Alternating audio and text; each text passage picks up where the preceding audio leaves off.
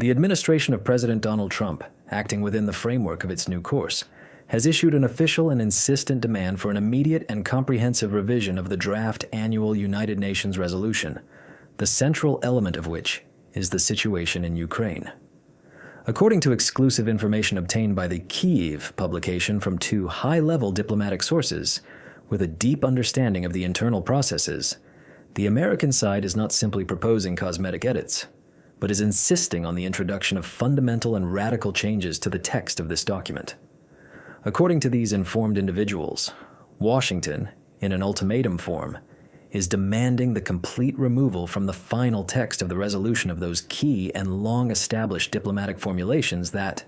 for more than 7 years, have consistently reflected the consolidated position of the overwhelming majority of the international community. This refers to such cornerstone principles as the unconditional recognition of Ukraine's territorial integrity within its internationally recognized borders, as well as the direct and unambiguous condemnation of the fact of the annexation of the Crimean Peninsula and other sovereign Ukrainian territories currently under the de facto control of the Russian Federation.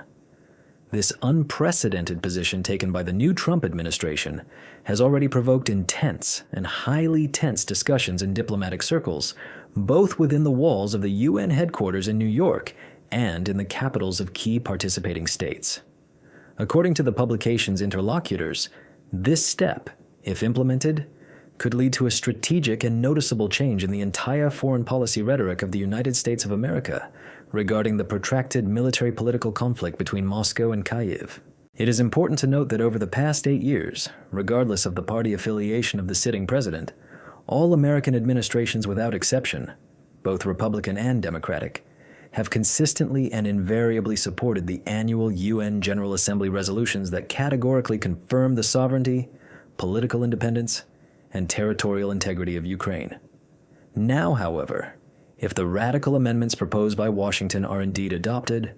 the final document risks losing those fundamental provisions that for many years served as the legitimate diplomatic basis for the introduction and subsequent extension of multi-level international sanctions against the Russian Federation, as well as for coordinating political and diplomatic pressure on Moscow from Western countries. Leading international political experts and analysts unanimously note that such an initiative by the Trump administration is highly likely to provoke not just a stormy,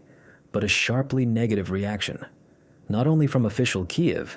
but also from the absolute majority of countries of the so-called collective West, which continue to consider the Crimean Peninsula and other occupied regions an integral part of the sovereign territory of Ukraine. At present, no official statements or comments have been received from the White House press service or the U.S. State Department on this matter, creating an information vacuum and ground for numerous speculations. However, anonymous sources familiar with the internal discussions confidently state that debates within the American administration are being conducted actively, at the highest level,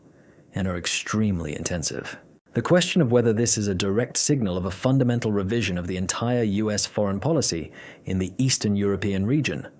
or whether it is merely an element of complex political bargaining on the international stage aimed at obtaining tactical concessions in other areas, remains open and subject to close analysis. It is worth recalling that the Third Committee of the UN General Assembly, whose area of responsibility includes human rights, social, and humanitarian affairs, is due to consider this draft resolution within the next 2 to 3 weeks. Despite public assurances from American officials that the proposed changes are intended to make the document more inclusive, balanced, and oriented towards a future settlement, many Western diplomats in private conversations view this initiative as an integral part of a broader desire by the new U.S. administration to systematically reduce or completely eliminate any mention of Russian aggression in multilateral diplomatic formats. For us, this issue is by no means about simply replacing terms or diplomatic semantics. We are talking about a fundamental principle.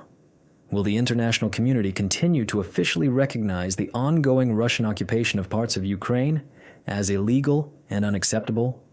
Or will we gradually, step by step, begin to perceive it as an accomplished fact and a given, thereby legitimizing the forcible redrawing of borders in 21st century Europe? Emphasized one high-ranking European diplomat involved in the current negotiations on the draft resolution in a comment to the publication.